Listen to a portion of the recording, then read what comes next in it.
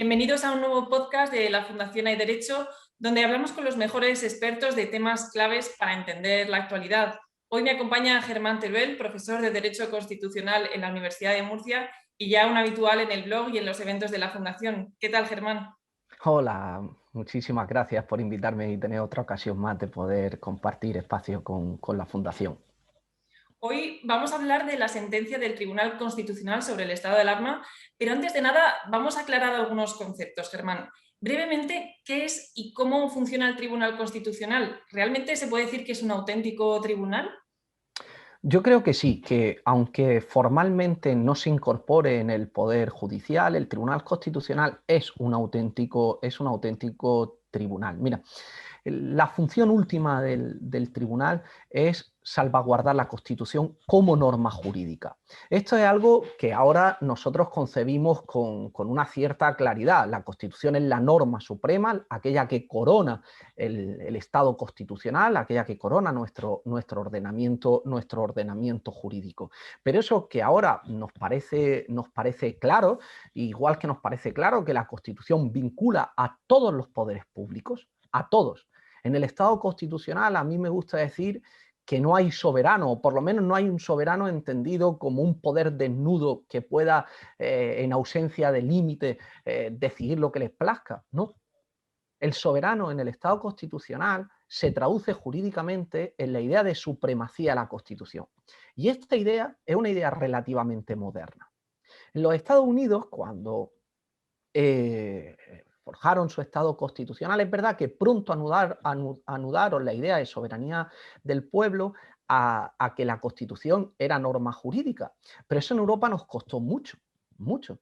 Y hasta prácticamente después de la Primera Guerra Mundial y ya sobre todo después de la Segunda Guerra Mundial, esa idea no se ha consolidado. Se decía en Europa que la norma era una mera, durante todo el siglo XIX, pues que era una mera declaración de principio, que no necesitaba un defensor o en el mejor de los casos, cuando había infracciones, se resolvían políticamente. Sin embargo, a partir, digo, de ese periodo de entreguerras, entre la Primera y la Segunda Guerra Mundial, empezaron a nacer los primeros tribunales constitucionales porque empezó a entenderse que no, que la Constitución era norma jurídica, no era cualquier norma, porque es la norma suprema, como hemos dicho, y que tenía que tener un órgano jurisdiccional que no se incorpora, por tanto, en el Poder Judicial en sentido estricto, como he empezado señalando, pero a quien corresponde velar porque el resto de los poderes públicos, todos, incluido el Parlamento democrático, queden sujetos a la Constitución. Por eso, la función última del Tribunal Constitucional es una función que decimos contramayoritaria, es proteger a la Constitución, que entendemos que es expresión de la voluntad del pueblo soberano, frente a esas mayorías coyunturales que en un momento dado pueden aprobar leyes en un parlamento democrático, pero que llegado el caso con, podrían contradecir la Constitución. Y le atribuimos esa función de resolver cuestiones jurídicas, pero con una alta componente política, de acuerdo con criterios jurídicos, a un órgano jurisdiccional que, eso sí, y luego podremos comentarlo, tiene una composición muy peculiar, precisamente por esa posición tan compleja que tiene en ese equilibrio de pesos y contrapesos que debe haber en todo Estado constitucional. De ahí que en ocasiones se haya concebido o se haya dicho que el Tribunal Constitucional es un legislador en negativo. Le dice al legislador hasta dónde no puede llegar. Hasta dónde no puede llegar. Pues, y precisamente, ¿cómo se nombra a sus magistrados que tienen este papel tan importante y en el fondo tan político? En la mayoría de los países de nuestro entorno cultural, los magistrados del Tribunal Constitucional son elegidos eh, a través de órganos políticos, precisamente porque se entiende que su función, aun siendo jurisdiccional y por tanto no se elige a cualquiera, no es un consejo de hombres buenos o de personas prudentes, donde podría haber un científico, un filósofo, no, es un grupo de juristas, a los cuales además se elige por su reconocido prestigio y competencia profesional. Pero su posición, como señalaba antes, es tan delicada dentro de esa estructura del Estado constitucional que se entiende que tienen que tener una legitimación democrática aún indirecta. Y por eso le corresponde a órganos políticos normalmente su elección. En el caso de España son 12 los magistrados, tal y como prevé la Constitución, y se eligen 4 por el Congreso, 4 por el Senado, 2 por el Gobierno y 2 por el Consejo General del Poder Judicial. De esta manera intervienen en la elección de los magistrados del Tribunal Constitucional todos los poderes del Estado. Poder Ejecutivo, Gobierno con 2, Poder Judicial, 2, Consejo General del Poder Judicial y la mayoría parlamentaria, esos 8, que elige 4 Congresos y 4 Senados. ¿Qué es importante? Que esos 8, 4 Congresos y 4 Senados, deben elegirse por mayorías reforzadas. Se exige una mayoría con amplios consensos. Eso el constituyente fue una garantía que lo que buscaba era que los partidos se centraran en negociar a personas por su altísima valía y que por tanto diera igual que tuviera una sensibilidad más de un tipo o de otro, porque eran personas que deberían tener tanta competencia que cualquier partido podría votarlo a su favor. ¿Qué ha ocurrido aquí? Que a lo largo de la democracia se ha ido deteriorando, por no decir menoscabando, directamente la garantía o el sentido que tenían las garantías constitucionales. Y ahí se ha introducido una práctica que hay que denunciar y reprochar absolutamente, que es la del reparto por cuotas. ¿Qué es lo que ocurre? Los partidos políticos, cuando llega el momento de renovar el órgano constitucional, en lugar de sentarse a negociar en sentido propio a las personas y decir, me da igual que este jurista, un partido progresista, que le pongan encima de la mesa a un jurista conservador, porque es tan prestigioso que sabemos que no va a ser un correveidile de un partido u otro. Y entonces, en lugar de negociar personas, ¿qué es lo que han hecho? Se reparten cuotas y dicen, en función del peso que tiene cada uno de los partidos, dice, a ti te tocan 3, a mí me toca 1, o a ti te tocan 2 y a mí me tocan 2. Y ahora tú pon los tuyos, yo pongo los míos, y salvo que sea algo absolutamente disparatado, e incluso a veces se han comido sapos, lo vamos a dar por bueno. De tal manera que en lugar de ponerse de acuerdo en personas de reconocido prestigio, el objeto de la negociación pasa a ser cuántos te tocan. Y ya tú metes los que quieras de los tuyos. Claro, eso es una perversión absoluta de la lógica constitucional.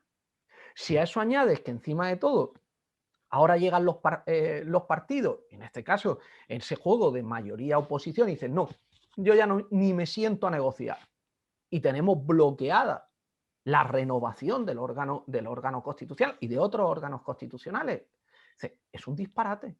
Así la democracia no funciona. Claro, los juristas podemos pensar nuevas garantías, pero al final, si no hay un compromiso, una cultura democrática básica, una lealtad a nuestras instituciones por parte de los actores políticos, pues podremos devanarnos los sesos los juristas buscando el mejor sistema y el mejor modelo.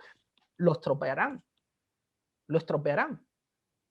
Entonces, hoy día el problema que tenemos no es tanto de garantías, que algunas mejoras se podría sin lugar a dudas introducir, cuanto de una praxis política absolutamente nociva, propia no de la democracia, sino una partitocracia, donde los partidos quieren colonizar las instituciones y no están comprometidos con el adecuado funcionamiento democrático. Y eso exige, ya digo, un espíritu, un compromiso que va más allá de las estrictas reglas jurídicas. Efectivamente. Sí, es un problema que comentas que tenemos también en otros órganos constitucionales. Volviendo ahora al tema de la sentencia del Tribunal Constitucional sobre la constitucionalidad del primer estado de alarma, me gustaría preguntarte qué dice exactamente esta sentencia y cuál es la principal cuestión que se ha debatido. A ver, la principal cuestión que se le plantea al Tribunal Constitucional es si las medidas que se adoptaron, pero muy especialmente el confinamiento generalizado que se adoptó en el primer estado de alarma, si había supuesto una suspensión en sentido material de la libertad de circulación de los ciudadanos. ¿Por qué esto es importante? Miren, la Constitución tiene un artículo, que es el artículo 55.1, que permite la suspensión general de derechos, pero solo cuando esté decretado el estado de excepción y de sitio, no el estado de alarma. Nuestra Constitución prevé 3 estados excepcionales: estado de alarma, estado de excepción y estado de sitio, y dice, solo cuando esté decretado el estado de excepción o el estado de sitio se puede suspender un derecho fundamental. En el estado de alarma se podrán establecer restricciones que pueden llegar a ser muy intensas, muy intensas, pero no se puede suspender un derecho. Además, establece una serie de garantías de tipo institucional que son importantes. Dice, para declarar el estado de alarma lo puede hacer directamente el gobierno. Dará cuenta al Congreso de los Diputados y, si en caso de prórroga, el Parlamento, entonces, el Congreso, tendrá que autorizar esa prórroga y el alcance de la misma. Sin embargo, en el estado de excepción no. El estado de excepción, para poder declararlo el gobierno, tiene que pedir autorización previa al Parlamento. Y además tiene que decir específicamente en esa autorización el Parlamento qué derechos se pueden suspender. No cabe suspenderlos todos, solo algunos que prevé la Constitución, y dentro de esos que prevé la Constitución, en cada momento en el que se fuera a declarar un estado de excepción, formalmente tiene que decirse, se va a suspender este derecho. Y eso tiene que quedar muy claro. Constituyente tenía miedo que se pudieran suspender derechos de tapadillo, por así decir. Sobre todo, claro, tenía miedo que ante momentos de huelga, etcétera, pudieran utilizarse. Y esa fue la pregunta que se le hizo al Tribunal Constitucional. ¿Ese confinamiento general de la población fue una limitación aún muy intensa que podía ser admitida o que sería legítima en el estado de alarma? ¿O en realidad supuso una desnaturalización, un vaciamiento tan radical del derecho que no podíamos entender que era una restricción, sino que supuso la suspensión de ese derecho? El tribunal lo descarta, pero yo prefiero plantearlo también en términos de contenido esencial, ¿no? Supuso una injerencia en el contenido esencial de esa libertad que no cabría adoptarla en el estado de alarma. Ya digo que el Tribunal Constitucional no lo plantea como contenido esencial, sino como suspensión en sentido material. Pero al final casi podríamos entender que son dos caras de una misma moneda. La pregunta era clara. Y la respuesta del Tribunal Constitucional ha sido que, a diferencia de lo que ocurrió con otros derechos fundamentales, pensemos en la educación, en la libertad de empresa, donde hubo restricciones muy intensas, pero en principio se pudo seguir ejerciendo esas libertades, aun cuando tuvimos que radicalmente que convertirlas y tuvimos que dar nuestras clases online, pero hubo una restricción, unos condicionantes muy intensos, pero se mantuvieron la vigencia de esos derechos. Sin embargo, ha entendido el Tribunal Constitucional que no ocurrió lo mismo con la libertad de circulación y de residencia. En aquella medida, al final, por así decir, si se me permite la expresión, se le dio la vuelta a la libertad. Dejamos de tener libertad. La libertad, precisamente, es poder hacer todo aquello que la ley no prohíbe. Ese es el concepto de libertad. Yo puedo hacer todo aquello que la ley no me prohíbe. Sin embargo, durante el estado de alarma se le dio la vuelta. Solo podíamos hacer aquello que la ley nos permitía en relación con la circulación, y además en unas causas muy tasadas. No me van a decir, no, yo es que podía salir. No, usted podía salir por causas vinculadas a situaciones de necesidad, para comprar, para ir a trabajar cuando se pudo ir a trabajar y siempre y cuando podía, es decir, para ir a un hospital, lógicamente para atender a una persona, a un familiar discapacitado, bien. Es decir, solo podía hacer aquello que la ley me permitía hacer. Eso es darle la vuelta al sentido de la libertad. Ahí eso es una no libertad, ha dicho el Tribunal Constitucional. Y a mí me parece acertado. A mí me parece un juicio en ese punto acertado. Claro, la siguiente pregunta a la que resuelve entonces el tribunal obiter dicta, porque en realidad no era objeto de controversia constitucional. Pero claro, aquí el Tribunal Constitucional dice, a mí también me corresponde la posición como intérprete último de la Constitución.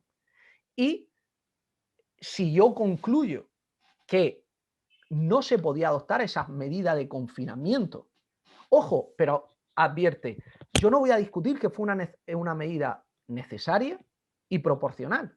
Eso no lo discutimos.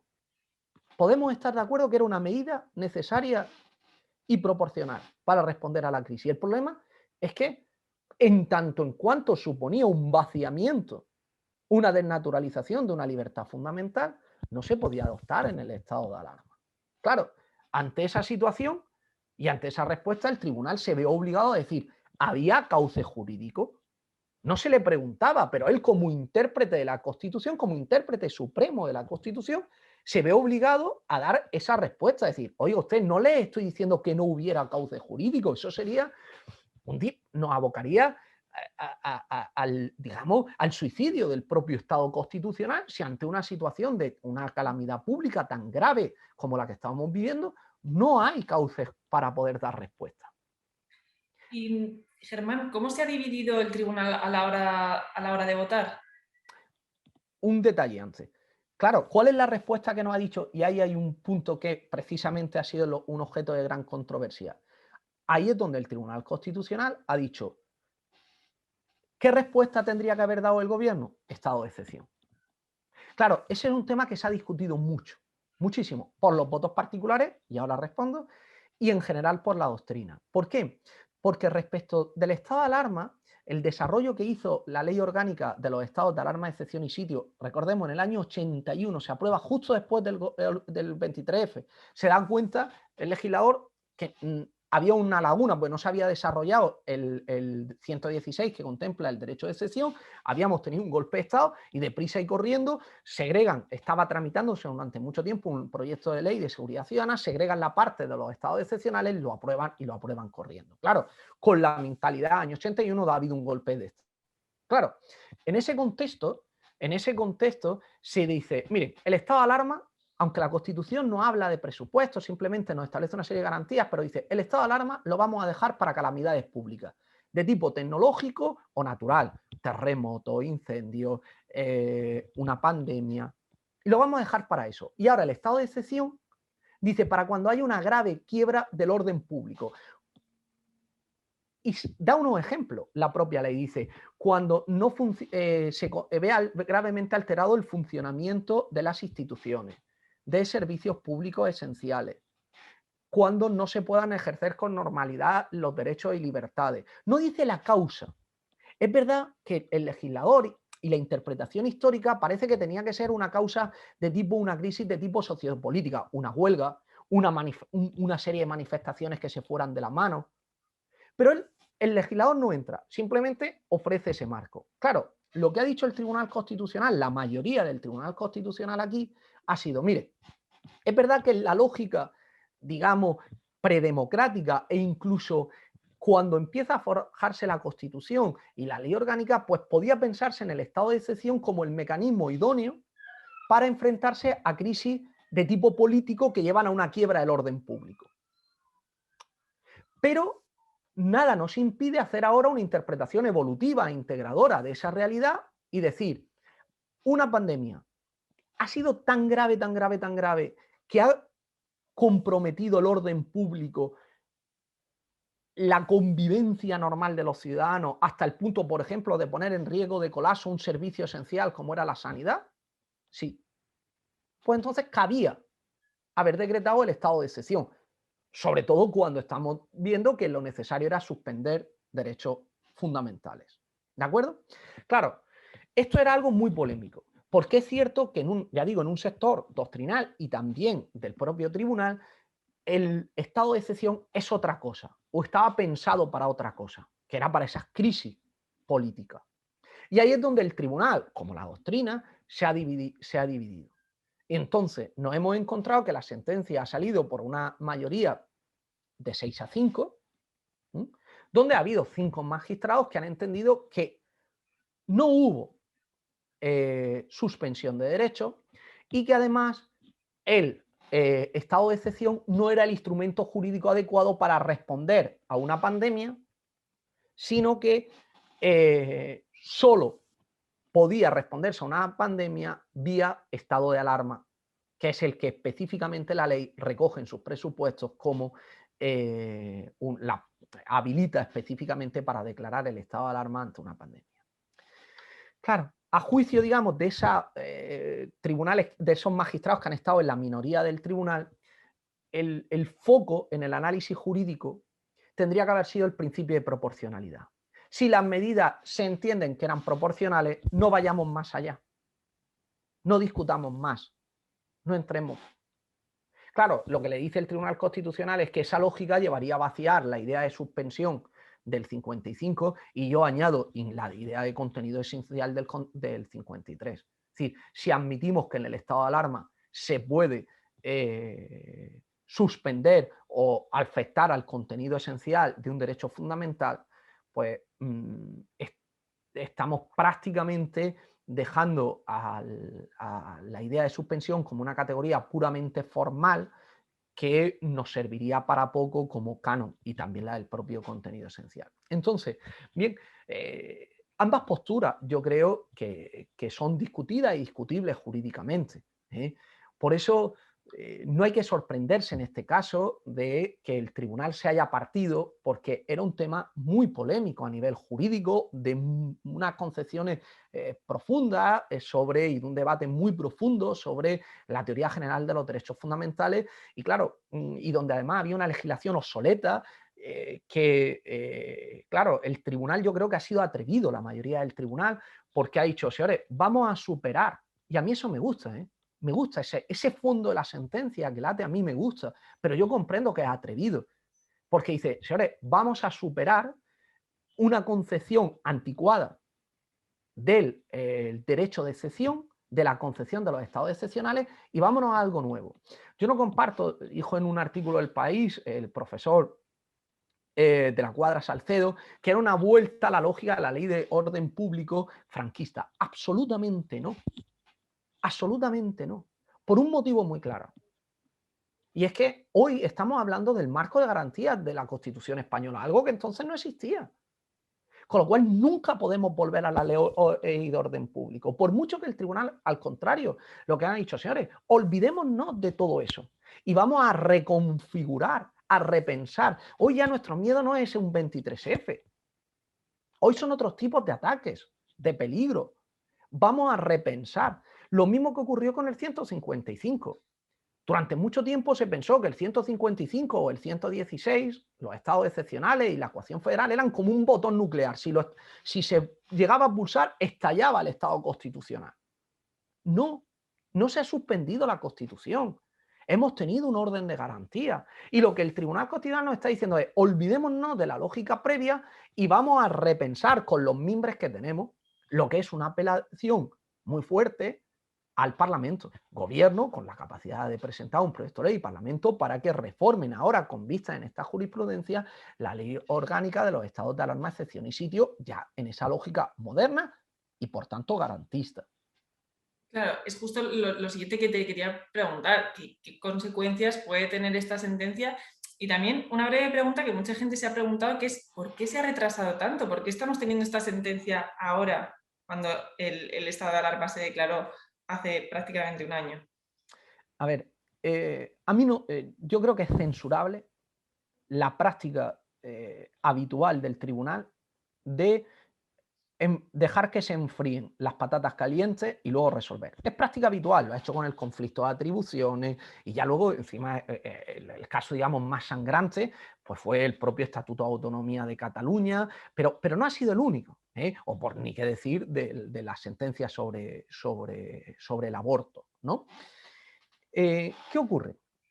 Que a veces, dentro de esa censura general que debemos hacer a nuestro Tribunal Constitucional, a diferencia, por ejemplo, de la Supreme Court de Reino Unido, ¿no? que vimos con la celeridad en la que resolvió problemas de una gravísima intensidad, como fue la cuestión del Brexit, es verdad que a veces hay criterios prudenciales que pueden llevar a justificar que se deje enfriar el asunto.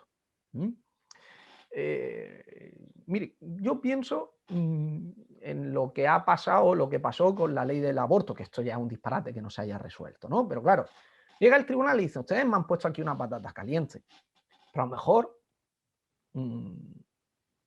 si hay una sensibilidad dentro del propio tribunal que no era conforme a esa ley, pero que se daban cuenta que tenía que ser respetuoso con el legislador, pues probablemente la posición valiente tendría que haber sido: esta ley es constitucional. Aunque a muchos de nuestros magistrados no la compartamos, no les guste, etcétera, pero la deferencia a favor del legislador debería haberlo llevado. No quisieron hacer eso, prefirieron meterlo debajo del cajón a ver si con el cambio de mayorías políticas cumplían lo que decían en el programa electoral. ¿Mm? Y digamos, le pasó, digamos, a ver si le resolvía el asunto. ¿Qué ha pasado aquí? Miren, yo al final aquí el retraso le veo un elemento positivo.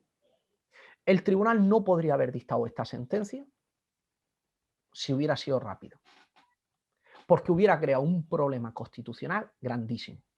Si nosotros en mitad de la crisis tenemos que pararnos a decretar un estado de excepción, cuando ya estaba prorrogándose el estado de alarma y empieza el debate, hubiera sido un disparate.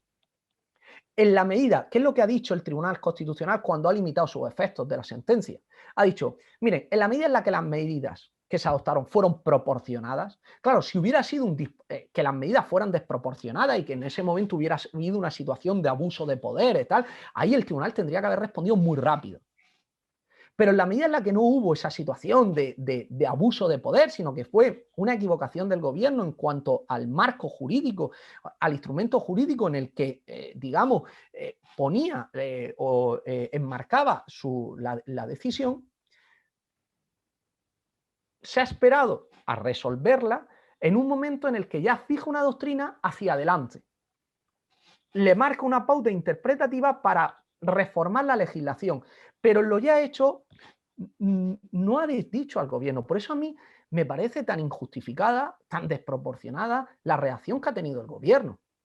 Es que Justamente es lo que quería preguntarte ahora, ¿qué te parecen las reacciones políticas y especialmente la del gobierno? la del gobierno absolutamente desproporcionada, impropia, absolutamente impropia. La respuesta del gobierno tendría que haber sido muy simple.